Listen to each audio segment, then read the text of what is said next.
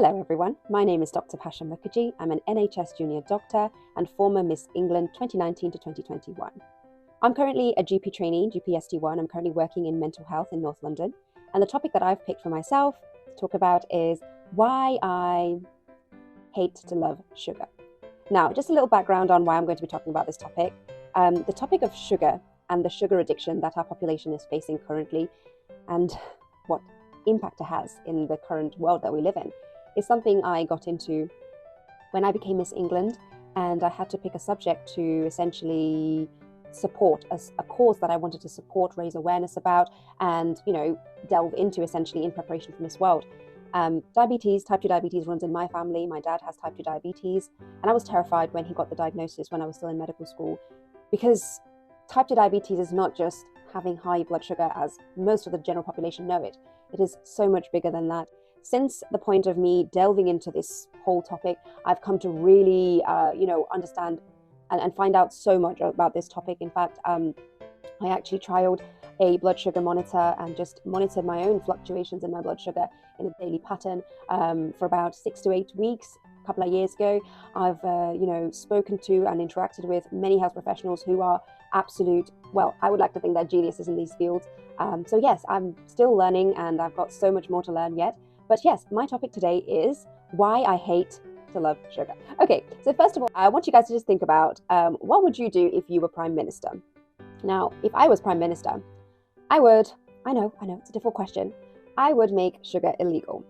It's not as simple as that, I know, but it could have profound effects on our economy as well as, just our general well-being overall. So first of all, the obvious reasons, diabetes, whether it's type 1 or type 2, impacts every single part of the body.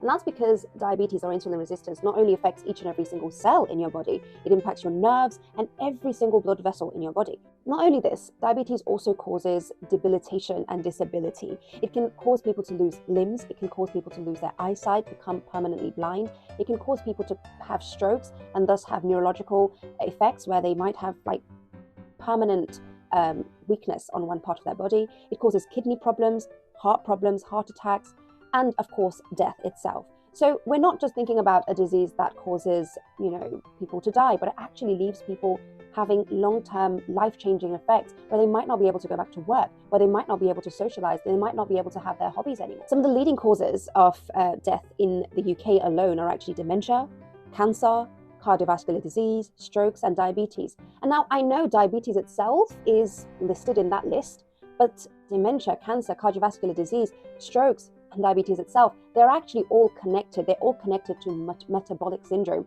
essentially. Dementia, as we'll talk about, is, some people call it type 3 diabetes. Cancer and insulin resistance also massively related. Cancer and obesity is massively related.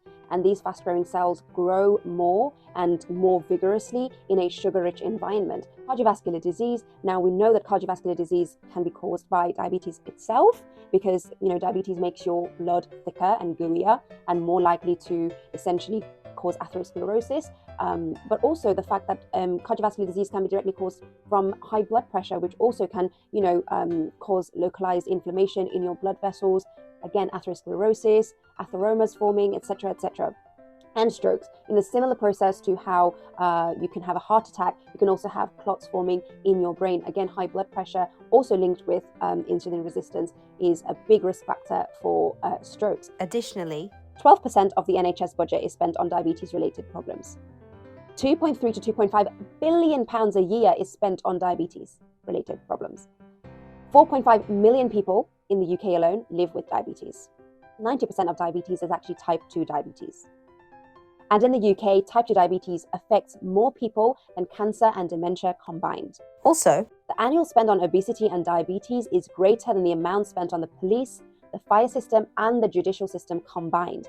The NHS spent 6.1 billion on obesity-related ill health in 2014 to 2015. Now, we've talked about the healthcare system, and we've also touched a little bit on money.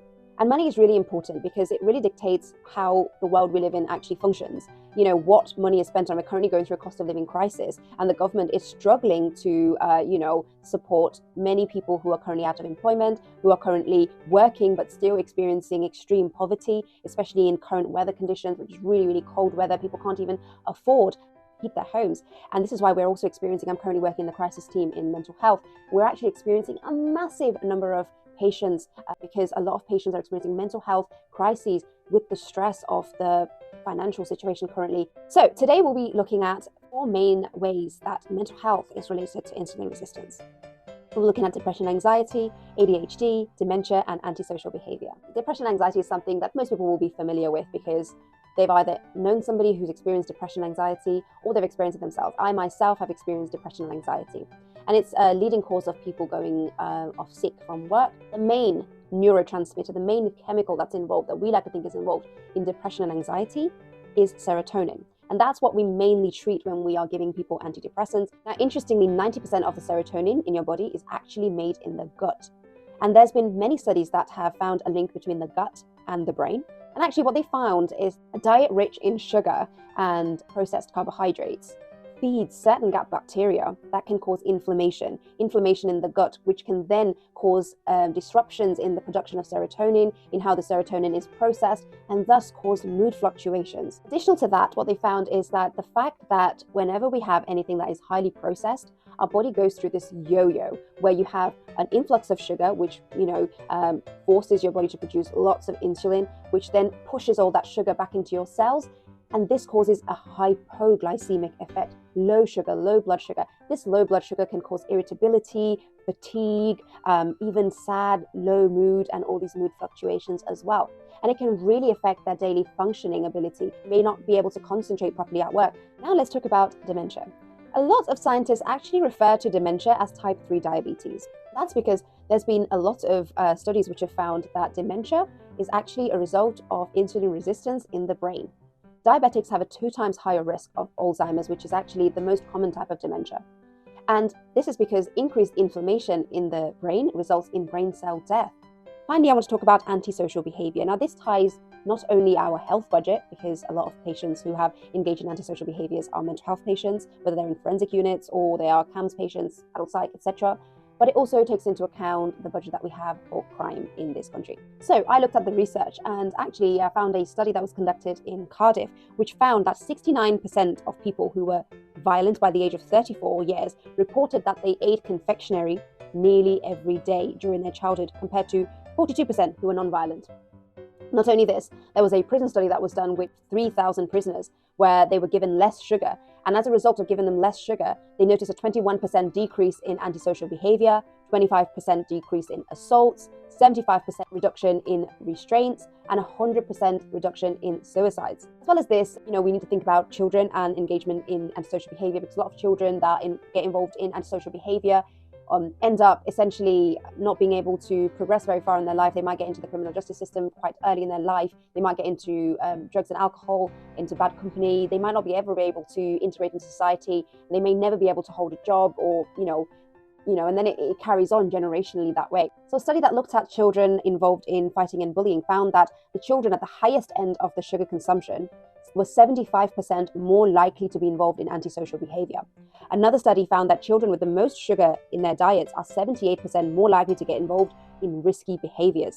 In terms of children with ADHD, a study conducted in the University of South Carolina concluded that the more sugar hyperactive children consumed, the more destructive and restless they became.